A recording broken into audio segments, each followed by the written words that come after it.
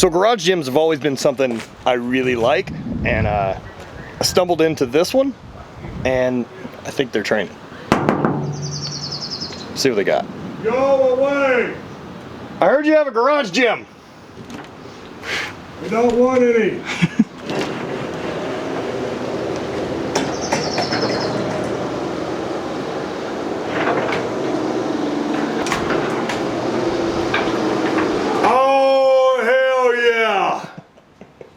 Perfect. You've known you showed up at the home of an asshole when he has his own action figure waiting to hand you as a present. I'll put it right over here on the preacher curl bench. Perfect. Take a panoramic view of this entire facility. I don't know if we go wide enough to catch everything in the same shot. You want me to explain this whole situation to you? Well, yeah, you got a mirror. I got a mirror. So that way we can see the pump. I can drag. Yeah, you got to have a mirror. Sometimes you think, man, you don't need a mirror. You got to have at least one mirror. So what happened was, this is the place that I podcast out of. This is the world famous 317 Gimmick Street. I actually live next door. So I used to have this At 316. At 316 Yeah. Gimmick Street. Everybody used my driveway to turn around. So I used to use all this stuff in my garage next door, but when you have all this stuff in your garage, you got no room for anything else. So I moved it all over here. I got this piano that we're trying to give away. It's taking up valuable space. It's not like I'm gonna put in a dual pulley machine or anything, but it's taking up space. Tight on that bar. What if you try? How do you even get plates loaded up?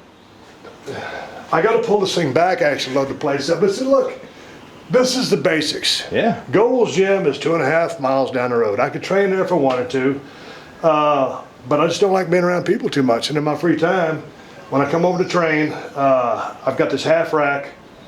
I've got probably 600-700 pounds of weights, just a couple of dumbbells, a preacher curl bench. You got to work the jacks. You know, I don't train as heavy as I used to anymore, but you always got to have some jacks. So anyway, I have this set up here, and basically it's a power rack, or it's a half rack actually. I've got a landmine attachment. I can do everything that you need to do here. I do your big three: squat, bench, and deadlift. I love my military presses. I was just working shoulders the other day. Rack pulls, heavy shrugs, you know, knee ups, stuff like that. I can do pull-ups. That's why I have the straps there, the bands, because I can't pull my big ass up just without the bands. Shoulders have seen better days. Oh man, the shoulders seen better days. Now I've got plates laying everywhere. I have a plate rack in the backyard. I've been meaning to move in here. Limited amount of dumbbells, of course. The bodybuilder in me has to have a preacher curl bench. Right in front of the mirror, perfect. That's like the only thing that really has to be here. And here's probably one of my most prized possessions is this damn 40-pound kettlebell. My deal with the kettlebell is I used to have a love-hate relationship with them because I used to see the guys or girls swinging these things in the gym, and you know, if you're just like a caveman like me, you see these kettlebells, you're thinking, man, what the F? There's no way that swinging that stupid little bell is doing anything. Well, you pick that son of a bitch up and you start hiking it between your legs, doing just regular kettlebell swings, it'll blow your ass up. So basically that was a beam at our house when we remodeled it. When I have my safety squat bar right here, it's in Nevada, but you put that safety squat bar in there, get up on that, and that's just like the greatest. You don't need a calf raise machine. You just use that block of wood with a safety squat bar because your weight is You can neutral. still hold the rack too. Oh, dude, you ain't got to hold shit. Yeah. So I love that thing. And then I know that you get along with the guys over there, Dave Tate and the guys up there in Ohio, and you know John Meadows. Oh yeah. So through John, I started learning about the meadow row. Meadow rows, yeah, So boy. man, I tell you what, just as far as like lat development, that movement right there. And I've been doing dumbbell rows, bent over barbell rows, you know, all that shit my entire life. But I started doing those meadows rows, and dude, my back was so smoked, I sent John a text message. So I really started kind of adding those into my repertoire, and I love the landmine attachment. And just in case I get cold out here, I keep a Duraflame log. I ain't got a fireplace or a chimney and nowhere to vent the smoke. I'll set this whole motherfucker on fire. I'm kidding you. Don't light the Duraflame log. Check this out.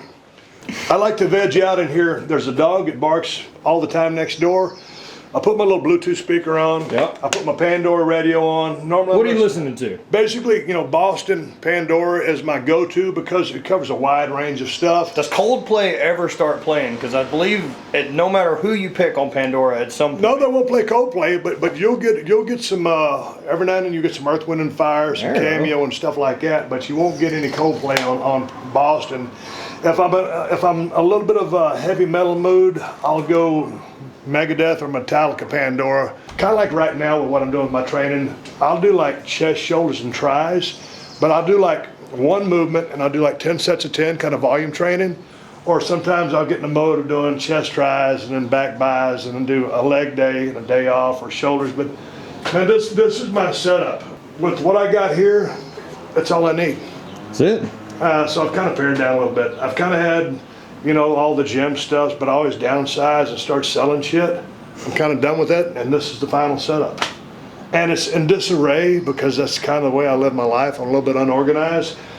My wife is not allowed over here, but this is like my man cave, and I can keep it as fucked up as I want to. There's an old international clock to tell me what time it is. I got a Bluetooth speaker over there to put the jams on. But I come in here, dude, and if it's sweltering hot, I'll raise the garage door to about there, but I don't want anybody looking in. So I get a little bit of air circulating through here, but dude, I come in here, get the zone, and Well, you don't want the competition knowing what you're capable of.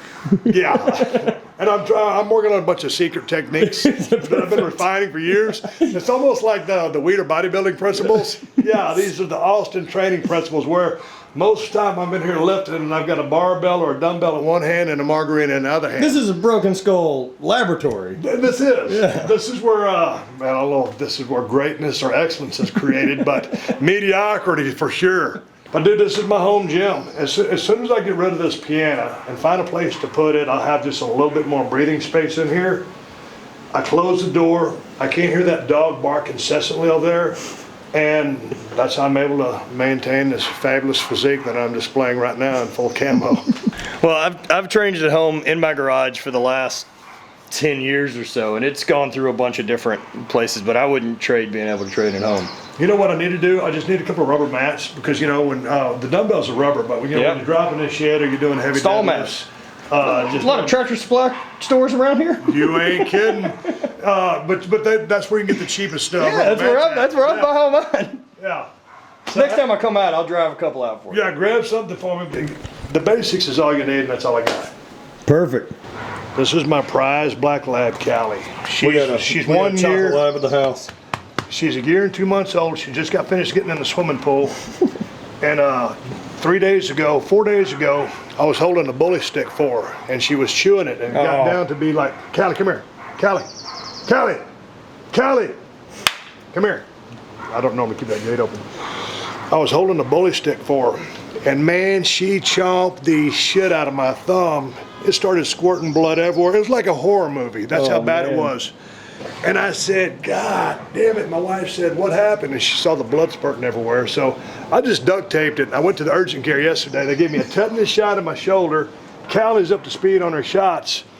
I couldn't work out that day because they just put all this shit in my thumb.